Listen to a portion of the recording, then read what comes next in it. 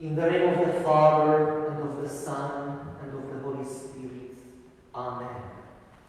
Christ is among us. He is and always shall be. May 29th, 1453 is the day when finally, after weeks of siege, the city of Constantinople fell under the Turks. It was the end of the Byzantine Empire, but as Bishop Callistus Ware likes to say, it was not the end of the Orthodox Church. But since that day, something changed in the life of the Orthodox Church. Since that day, something changed in the life of the Orthodox Church in Constantinople, and the same change happened in the Christian East in some areas hundreds of years before it finally happened in Constantinople. What was the big change?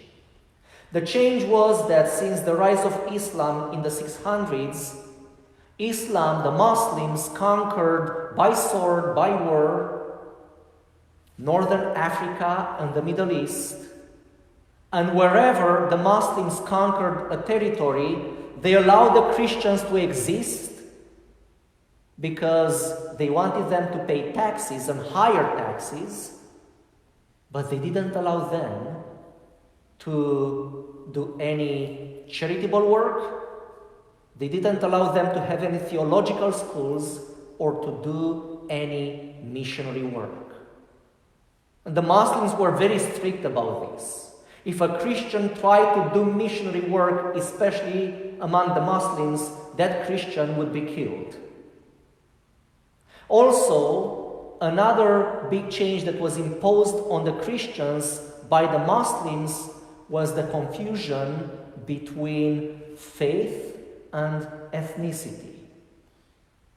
Because in Islam, they don't make a distinction between secular power, the power of this world, and spiritual power, the power of God. And because the Sultan was also the spiritual leader, the secular and spiritual leader of the Muslims, they imposed this mentality on the Christians that they are a different nation and a different faith.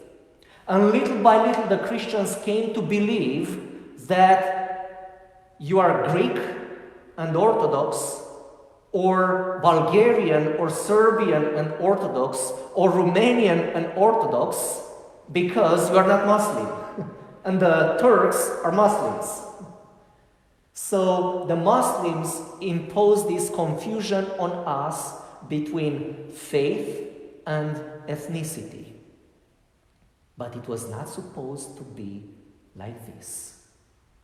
And today, when we celebrate the holy apostles, Peter and Paul, and all of the apostles, I want to preach to you about this historical tragedy that happened in the life of the Christian East, in the life of the Orthodox Church, and how we lost our missionary spirit.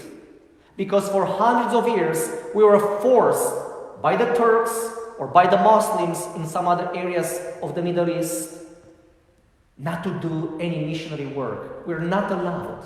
And in time, we got used to this because it was easier. It is not easy to come out of yourself and to preach the gospel. The priests got comfortable with this situation because it is a lot easier to do the services in the church, to minister to their own people, but not to go out. As we could hear in today's epistle reading, how much St. Paul had to suffer because he was an apostle. Because he preached the gospel, how many times he was beaten, he was shipwrecked, how much he suffered because he was an apostle. He tells Timothy in the second letter to Timothy that all those who want to live a godly life will suffer persecution. And this is the reality. It is not easy to be an apostle. It is a lot easier to minister only to your own people, and our own people came to believe that the Orthodox Church is for my family, for my extended family, and for my nation, but it's not for anybody else. This is something that the Turks imposed on us. The apostles, Peter and Paul and all of the apostles got together according to the book of Acts.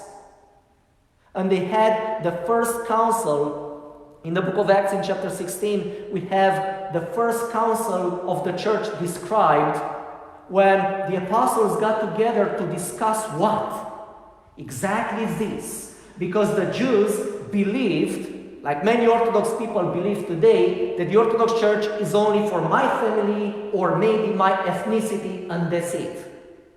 In the same way, the Jews believed that if you are not a Jew, you cannot belong to the nation of God and you cannot be saved. And this is why when the gospel was preached in Antioch and many Greeks converted to Christianity, but they were not Jews. And now some of the apostles and some of the people in the church were asking themselves, is this okay? Or how could we, first of all, could we receive Gentiles, non-Jews, into the church? And if we receive them, how do they have to be received into the church?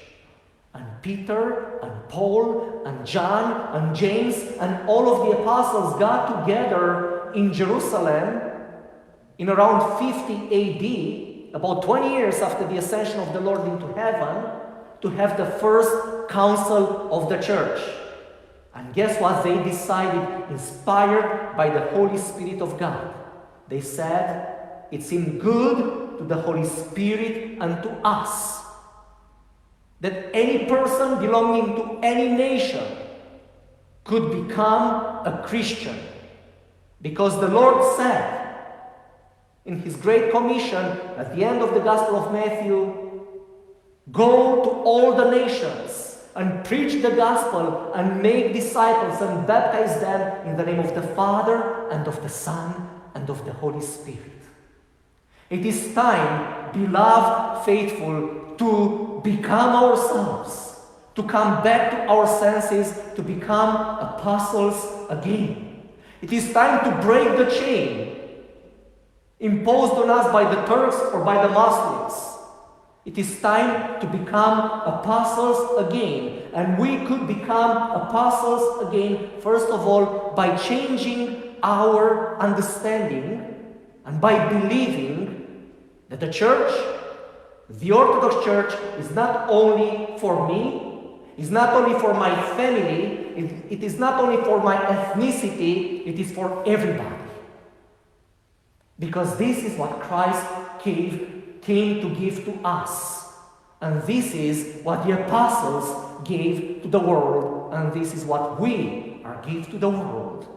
If we want to be like the apostles, Peter and Paul and James and John and Andrew and Matthew and all of the apostles who so lovingly and sacrificially gave their life to God, so that any person of any nation, of any race, could experience the joy of becoming one with God the Father through Christ in the Holy Spirit.